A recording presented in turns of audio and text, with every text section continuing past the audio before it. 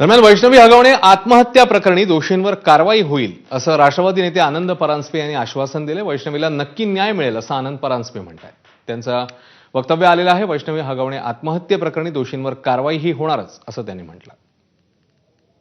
राष्ट्रवादीची स्पष्ट भूमिका आहे की कठोरातली कठोर कारवाई ही दोषींवर झाली पाहिजे। वैष्णवीला न्याय हा मिळालाच पाहिजे। कुठल्याही प्रकारची शंका जर तिच्या आईवडिलांच्या मनामध्ये असेल की नीट प्रकारे इन्व्हेस्टिगेशन झालं नाही तर असं होणार नाही। पोलीस अत्यंत सायंटिफिक वेने इन्व्हेस्टिगेशन करतायत आणि तिला न्याय वैष्णवीला नक्कीच मिळेल। आता पावसासंदर्भातल्या बातम्यांचा सुपरफास्ट आढावा आपण घेणार आहोत। साताऱ्याच्या भोसलेवाडी परिसरात मुसळधार पाऊस। संततधार पावसामुळे पुणे बंगळुरू महामार्गावर साचलं पाणी, वाहनधारक अडचणीत। सोलापूर शहरात सलग तिसऱ्या दिवशी मुसळधार पावसामुळे वातावरणामध्ये गारवा। धाराशिवमध्ये पावसाची धुवाधार बॅटिंग। तुळजापूर लोहारा परिसरात वादळी वाऱ्यासह पाऊस, रस्त्यावर पाणी। लातूर जिल्ह्यामध्ये तुफान पाऊस। रेणा नदीपात्रात पाण्याचा प्रवाह वाढला। अनेक छोट्या मोठ्या ओढ्यांना पाणी।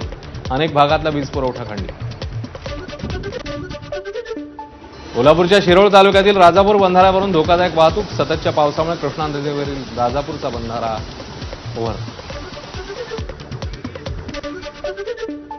कोल्हापूर महापालिकेच्या आपत्ती व्यवस्थापनाचा सराव शिबिर। पंचगंगा नदीपात्रात आपत्ती व्यवस्थापनाकडून प्रात्यक्षिक सादर।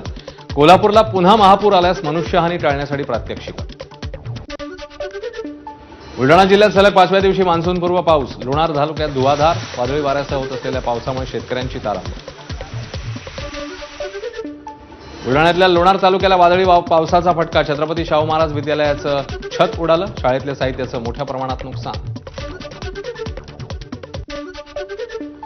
रायगड, सिंधुदुर्ग, रत्नागिरी जिल्ह्याला पावसाचा ऑरेंज अलर्ट। काही भागात अतिमुसळधार ते मुसळधार तर काही ठिकाणी वादळी वाऱ्यासह 100हून अधिक मिलीमीटर पावसाचा हवामान खात्याचा अंदाज।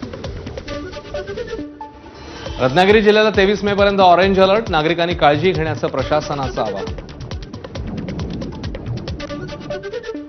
रायगडमध्ये 1 जून ते 31 जुलै 2 महिने मासेमारी बंद राहणार। मत्स्य व्यवसाय विभागाचे आदेश। वादळी वारे आणि मुसळधार पावसामुळे मच्छीमारांना मत्स्य विभागाच्या सूचना। केमिकलयुक्त रसायन आणि घरगुती सांडपाण्यामुळे भिवंडीतली कामवारी नदी जलपर्णीच्या विळख्यात। जलपर्णीमुळे नदीचा प्रवाह मंदावला। पावसाळ्यात पूर येण्याची शक्यता। प्रशासनाचं मात्र दुर्लक्ष। मान्सूनपूर्व पावसाने नदी नाल्यातील पाणी पंचगंगा नदीपात्रात। पंचगंगा नदी फेसाळली। नदीतील जलचर प्राण्यांना धोका।